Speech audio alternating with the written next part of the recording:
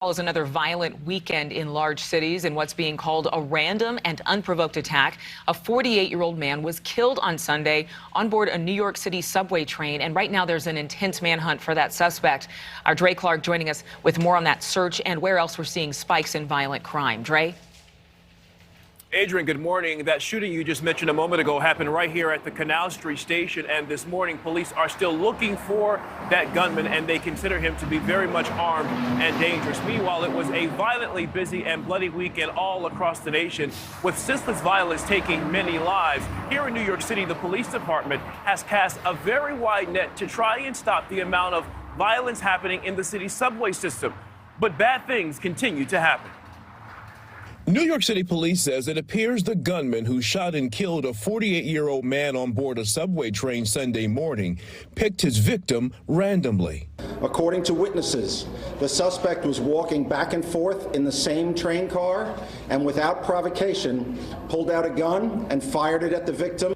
The gunman ran from the station before police arrived, and he remains on the loose.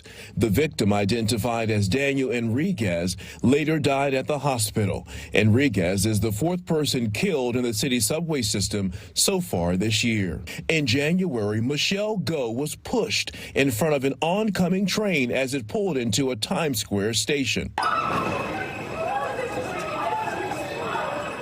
And in April, police say Frank James opened fire on a train in Brooklyn, hitting 10 people. Luckily, no one died. It's a full blown-out crisis that's happening in our subway system right now. Elsewhere, Chicago also had a very violent weekend, with 27 people shot between Friday and Sunday. One victim died. And in Memphis, 3 people were killed and 1 injured in 4 separate shootings across the city over the weekend. As they say, bullet knows no name. The violence happening as we approach the Memorial Day weekend, the unofficial start of summer. Along with the summer months, crime also heats up. Police departments around the country will be adding extra patrols to known areas of concern to help keep the peace. Nationwide, violent crime is up.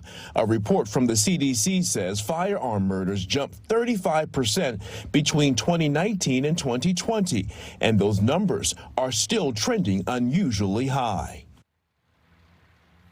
And here in New York City, the mayor says he's very concerned about this uptick in crime going into the summer, and for good reason.